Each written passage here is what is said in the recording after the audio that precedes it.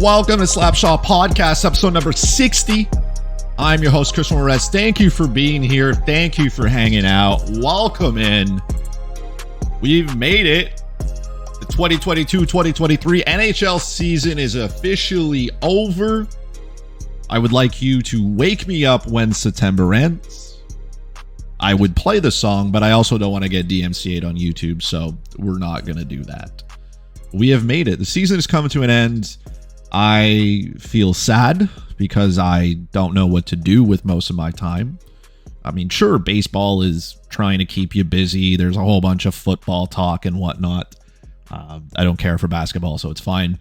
But no hockey just really makes it tough in my life. So we will go through the recap, a little bit of what happened towards the end of the Stanley Cup playoffs, right? Shout out to the Vegas Golden Knights on winning their first Stanley Cup in franchise history. It only took them 6 years. They have done in 6 years what the Toronto Maple Leafs have been trying to do for the better part of 40. But congratulations to them and the way that they did it. This was a complete performance from a complete hockey team. Shout out to obviously Jack Eichel for winning his first Stanley Cup in his first playoff appearance. 1 for 1. My man is good. Phil Kessel's got 3 Stanley Cups as well. Good for him. Good for Aiden Hill. He was dynamite coming in for Laurent Brossoit and just looked fantastic. He was re-signed by Vegas as well. 2 years, $4.5 million. Didn't think Vegas was going to be able to afford him, but great signing. Good for him. Also, shout out to the Florida Panthers. I know it finished not how they wanted it to, but my favorite part of when the playoffs ends is just hearing about the players and what they, like the stress that they put their body through, right? Like hearing Aaron Ekblad had gone through like 2 separated shoulders and every other injury that you can think of, and he still played, right? Radko Gudas, I think the high ankle sprain he had as well. Matthew Tkachuk with the broken sternum still suits up for game 4, basically needs his brother to help pull him out of bed and his teammates to help dress him. It's a shame that Florida went out the way that they did in that game, but they ran out of healthy bodies. And there's nothing you can do at that point. They didn't have the depth to keep up. It's unfortunate. Sergei Bobrovsky, I don't think it was his fault. I'm not going to blame him because there's only so much you can do as a goaltender, right? And if the team in front of you just can't keep up, I mean, what are you going to do, you know? So shout out to the Vegas Golden Knights for getting it done. And the Florida Panthers for putting on a show in the offseason. They reminded everybody that it doesn't matter where you finish. All that matters is getting into the playoffs and then believing in yourself that you can do it. So if you learn anything from the Florida Panthers, it is all those key words that coaches love: grit, determination, believe in yourself, execute, don't listen to the outside noise. Good for them. And maybe we see them in the playoffs next season. Who knows? Maybe. I just want to talk about that. Also, we did talk about it because I wasn't here, obviously, but shout out to Cole Caulfield. He got his new deal. Good for him. He's picking up a boatload of money, as he should. Right? Nothing wrong with Cole picking up the money that he has earned. I'm going to say that he's earned it. I know he's 22. I know some people want to say, oh, he's injury prone. Look, he did the shoulder surgery because Montreal was going literally nowhere this year. Might as well get it done. Gives him an entire offseason now to train, come back, work hard. It improved Montreal's chances of finishing worse. So I think this is a bargain of a deal for a 22-year-old kid who can score goals. I love that. Same thing. Also love the signing of Sean Monahan. He's 28 years old, and you get him under $2 million. I think Monahan has something that he wants to prove. He wanted to be in Montreal. I want him to be in Montreal as well. He can definitely play the role of a third-line center and add a little bit of oomph to Montreal's game. He was very good when he played. He didn't play much, but he was very good, and he had 17 points in 25 games. not bad. Not bad. When you consider his last year in Calgary, he had 23 points in 65 games, right? He is not the player that he once was. He hasn't been healthy in a minute, but he was a key part of Montreal's power play, helping facilitate the puck. So I like this signing. I like what he brings. Absolutely no issue. And what a team-friendly deal. And you know what? If Montreal's nowhere near the playoffs again and they want to flip him at the trade deadline, you can. And you can get a solid return for a guy with a team-friendly deal, right? Which means you don't necessarily have to retain money, but if you do, even better, right? That opens it up for more teams that are really tight against the cap. So I love those two signings by Montreal Canadiens. Good for them. And just great. One more before we get into the main topic here, right?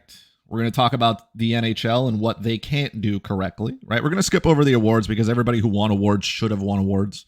Not really shocked to see that Patrice Bergeron won a Selke trophy again. Not really surprised that Connor McDavid cleaned up as he should have. But the NHL announced as well that they are not going to allow teams anymore to do specialty jerseys, right? For any type of special. This includes Pride. This includes Cancer. This includes Military Night, because the NHL is the only sport that has no idea how to market itself. That is what it is. I get why they did all of it, right? This was an all or nothing for the NHL. Do you imagine the backlash, right? If you came out and said, hey, no Pride jerseys, but we'll allow everything else. Holy, right? Like, tell me you don't care without telling me you don't care kind of vibes. So they figured, hey, let's just ban everything, right? Let's just no more specialty jerseys. None. Not to mention, like without all the social stuff, we'll cross that bridge there. But just from a monetary policy, like a monetary wise, this is a league that wants to make money, and you can make money by selling those jerseys, right? This is the same way that every team has a reverse retro jersey, and they've, Vegas has a reverse retro jersey. They've been in the league 6 years. What retro are we talking about?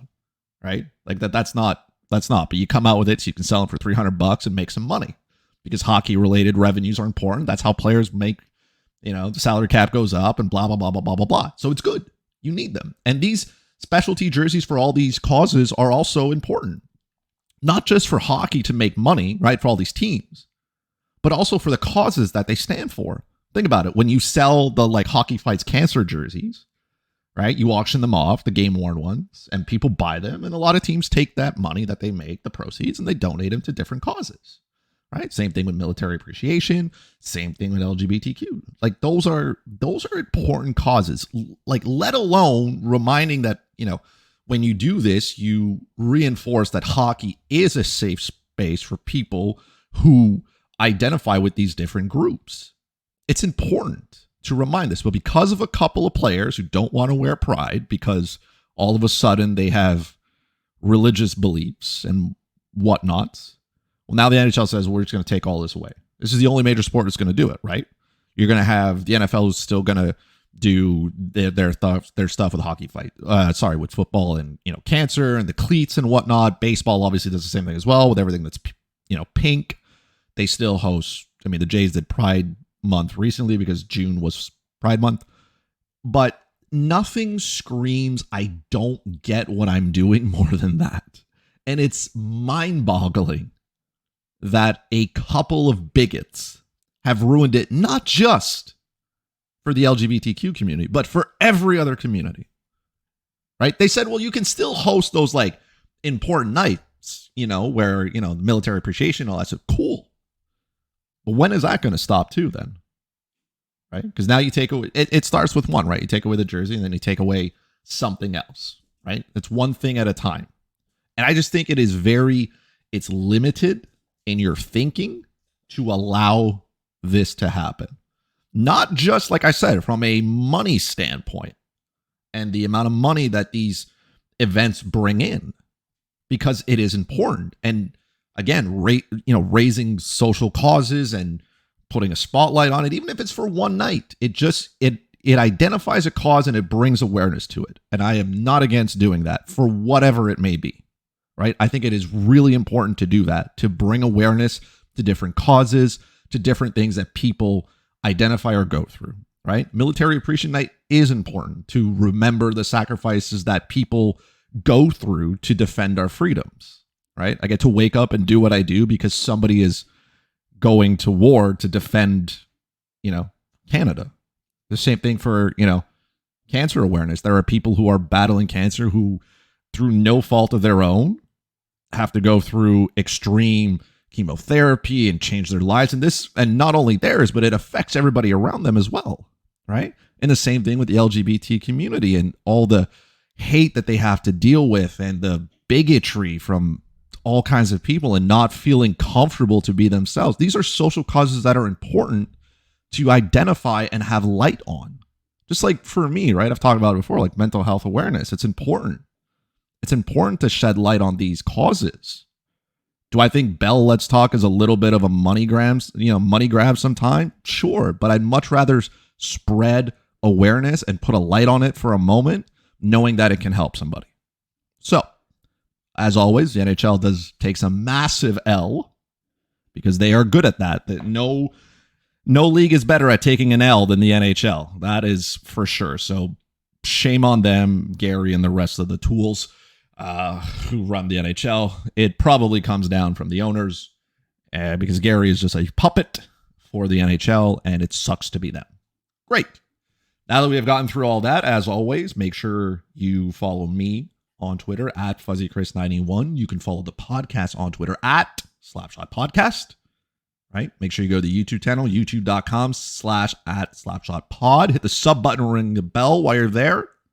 All right, drop a like. There you go. I know you just did it. Or hold on, I'll give you a moment to do it. There you go. Now I know you did. All right, let's get into what we're going to talk about. The NHL draft, depending on when you've listened to this. Right? The draft may be, the draft's going to be over by the time you listen to this. But how far over is up to you to decide. You obviously, because you have the notifications turned on and you listen to it immediately on your car ride home if you go to the office. I hear people still do that. Or maybe you're just, on the toilet in the morning, taking your morning release. Congratulations. Hope it's going well. Thank you for listening. But I talked about this on Better Hockey Now on the Better Sports Network. Obviously, you should follow them, right? Better Sports Network on Twitter, right? Better Hockey Now as well. Myself, Anthony Rivera, Andrew Bernard, my two line mates there. We talked about the NHL draft and who I wanted to go 5th overall. I was very adamant about who I wanted to go 5th, and it was Michkov, right? And I think a lot of Habs fans shared that sentiment, that was the best player available. In hockey, you draft for best player available. In football, you draft based on need. I believe that's the same thing,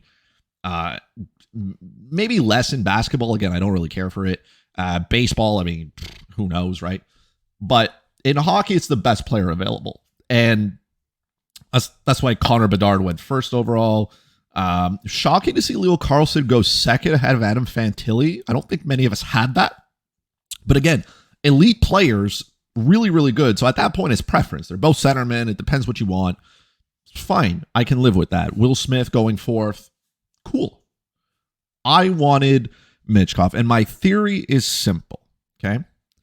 When it comes to elite talent, and a lot of scouts said this. I don't think anybody had disagreed on this. He has talent, right? He is elite. They think he is outside of Bedard, he is the second best pure talented prospect. So there's one thing you cannot teach players, and that is pure skill. You cannot. You can teach players to be better defensively in their own zone. You can teach players to win faceoffs and play a 200-foot game. And look, some players are just better at it than others, right? There's a reason Patrice Bergeron wins all his awards all the time. I get that. I understand that. I'm okay with that. But in the worlds of the Alexander Ovechkins, right, you don't get 2 of those. The same thing with Connor Bedard. You talk about a generational talent. You don't learn that. You can't teach it. You can't come to development camp and learn how to shoot the puck at an exceptionally elite level. You can't learn these things. So why am I not taking something that I cannot get through teaching? I get the KHL contract scares people. I get that. And to be honest, players born in Russia and coming over to North America has been a thing that's existed now for a long time. So this is not new, okay? Now, outside of Bedard, maybe Fantilli. No, I don't think so. I don't know if Fantilli's committed to Michigan again. Anyways, there are lots of players who are going to return to play their junior college hockey year, okay? So that's 1 year that you're not going to get them. So, and I talked about this, like I said, on Better Hockey Now. If it takes 3 years for a player to get to the NHL, that's fine, right? How long did it take Caulfield to get to Montreal? About 3 years. Because if I'm not mistaken, he played 2 years at Wisconsin. And then, right, like he showed up kind of at like the end of the year for the playoffs and whatnot. But that is perfectly fine, okay? Perfectly fine. I'm not surprised that Arizona didn't take him at 6 because Arizona just doesn't want to win. They made picks and I was like, man, you guys, they look like clowns all dressed in the same, right? And then they made picks and I was like, okay, cool. Like it doesn't matter, right? And the Philadelphia Flyers were like, hey, we're going to draft skill because that's what they need. And the Flyers are in no rush to get better because they are a bad hockey team. So he fits within that. If I'm going to take a risk, I want it to be high risk, high reward. And I'm going to take absolutely nothing away from David Reinbacher. Okay? We'd shout out to Carey Price. I know he's going to practice how to say Reinbacher. But he was the consensus number 1 defenseman in the draft, right? Nobody is going to take that away from him. Everybody knew that he was the best defenseman that could go off the board. He is a right shot defenseman. He's a big boy. All general managers get a stiffy for that. Okay. It is hard to find right-handed shooting defensemen who are good. Is his offensive upside there? We're going to find out. But he's good defensively. He's good with his gaps. He probably plays another year somewhere. I don't know where he's going. I doubt he plays for the Montreal Canadiens next season because Montreal doesn't need a defenseman. And that's, I think, where a lot of people are sticking. I get that he is the best defenseman available, but he was not the best player available. You have a ton of young players, specifically on the blue line, who can play. Okay? Because Montreal numerous times suited up 5 rookies during the year. Now, there were injuries. Fine. But you're not going to win games with 5 rookies on the back end, right? Everybody knows that. Right? You're just not going to do it, right? Arbor Jacki played a ton. Caden Gooley, Justin Barron, Jordan Harris, right? Jonathan Kovacevic. You had a ton of guys on the back end play a lot. And we're not even going to talk about players who can still come up and join this team, right? Matthias Norlinder, whatever you want to call him, right? A young defenseman who can still play. We all forgot about Logan Mailloux. Like, what's going to happen with his situation? There are a lot of defensemen in your system who can play. So adding another one just seems like a waste. Now, everybody said that back in 2005 when Montreal drafted 5th overall, and they drafted Carey Price. I said, well, you don't need a goalie. You had one. If I'm not mistaken, I think Jose Theodore or Chris Evalué was the starting goalie. So you didn't really need one.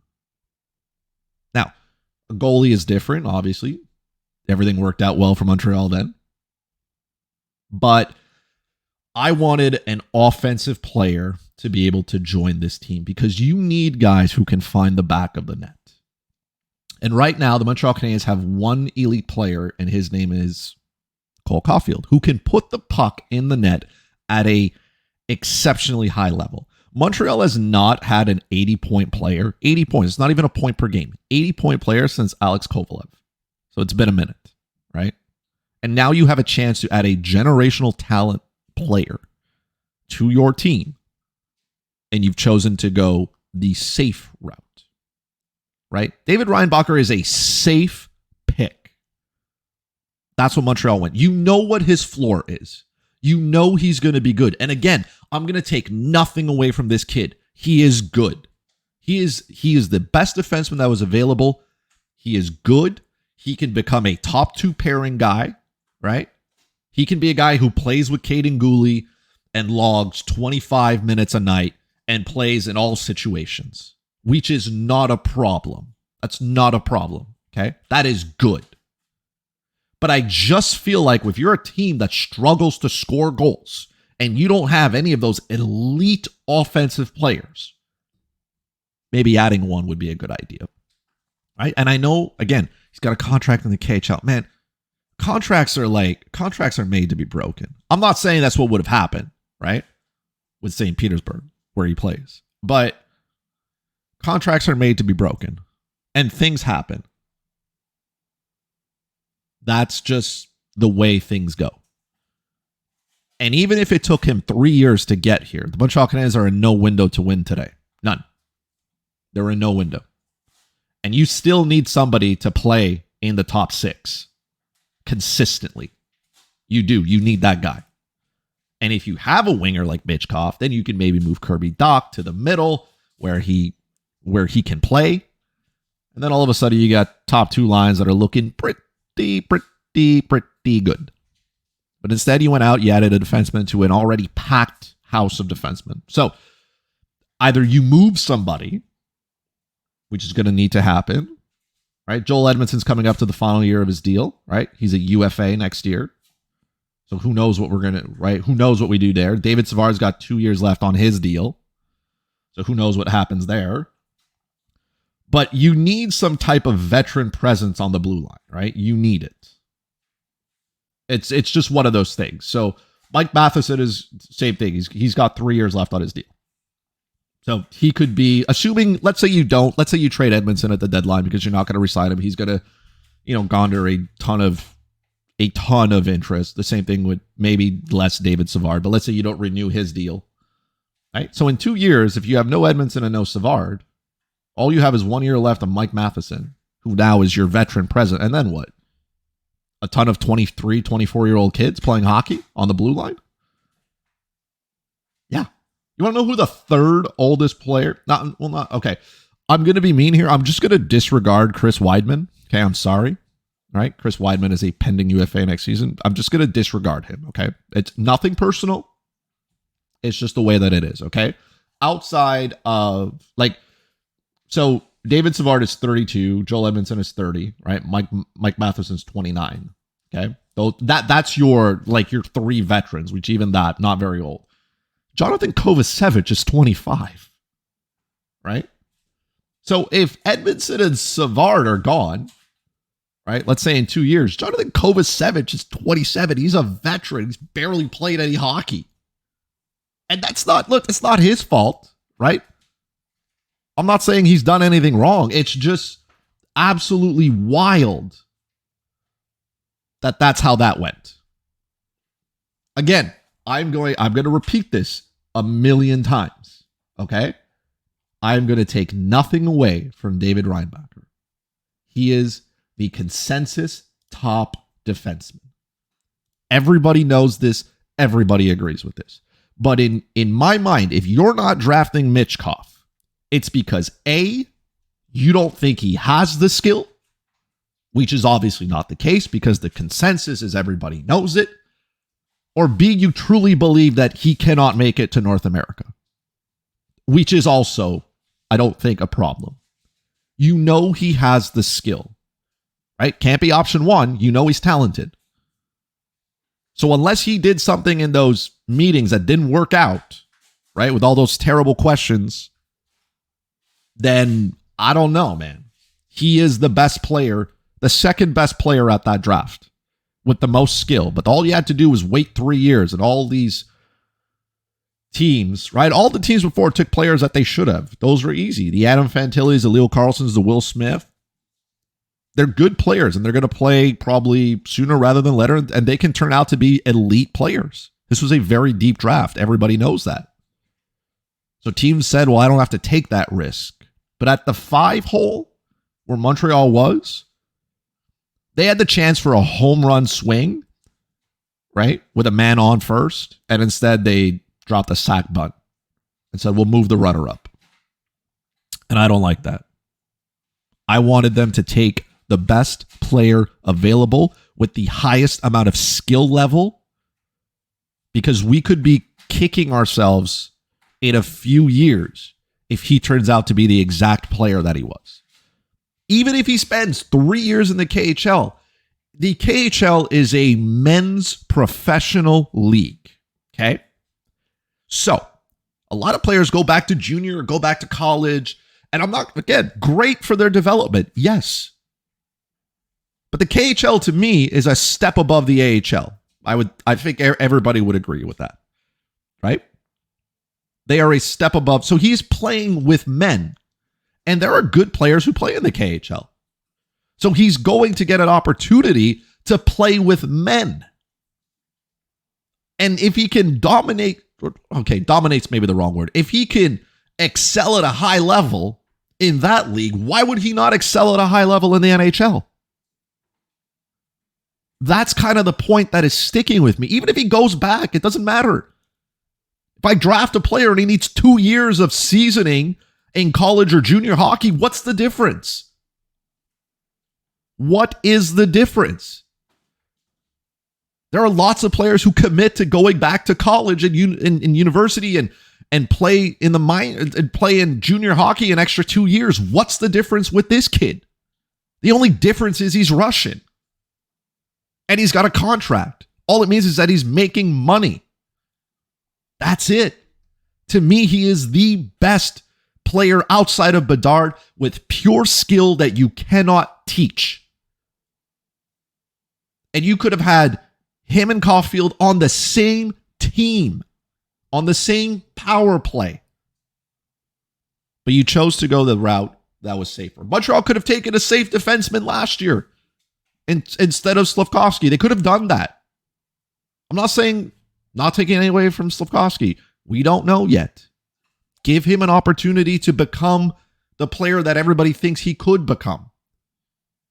But we all know that the skill in this draft was higher than any player taken in the last one. So you could have met that requirement of a safe defenseman last year and then taken a home run swing this draft. And Montreal chose not to do that. And again, taking nothing away from David Reinbacher. Like, have I said that enough?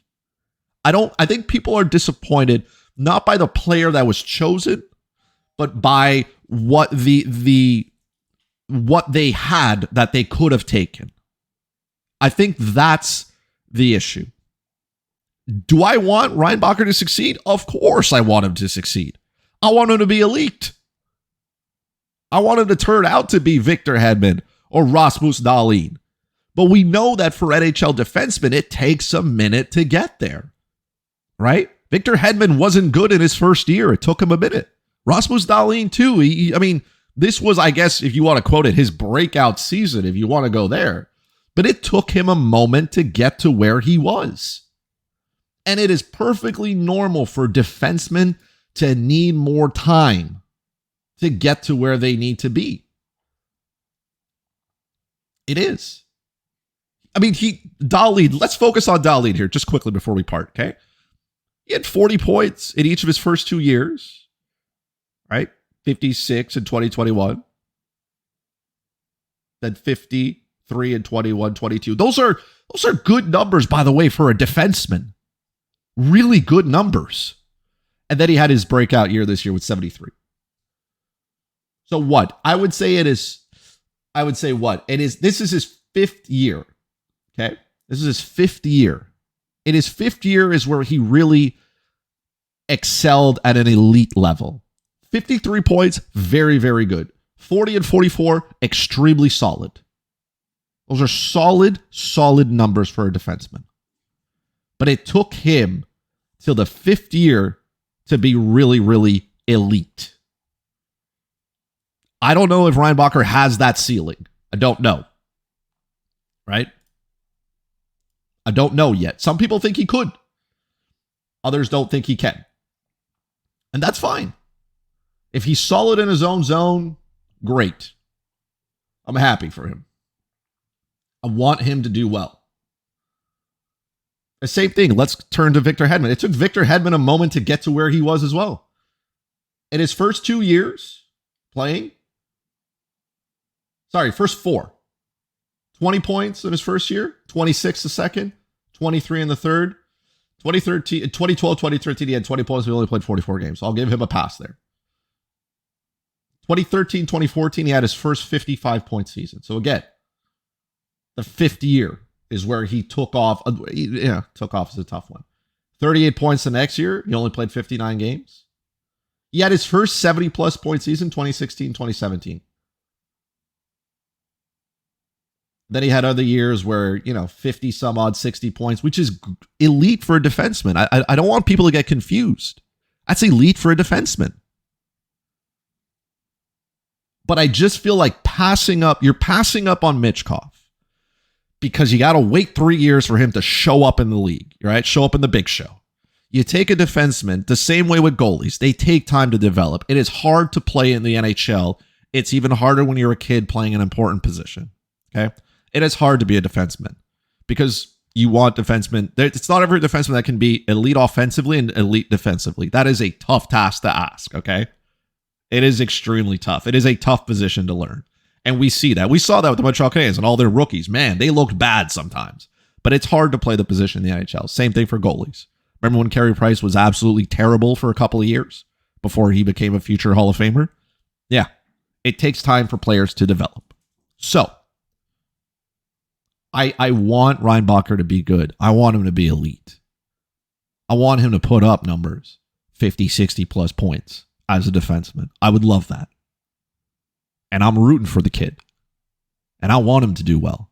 But if you ask me if I'm disappointed that they didn't take a purely talented kid who can score goals with men, yeah, I am.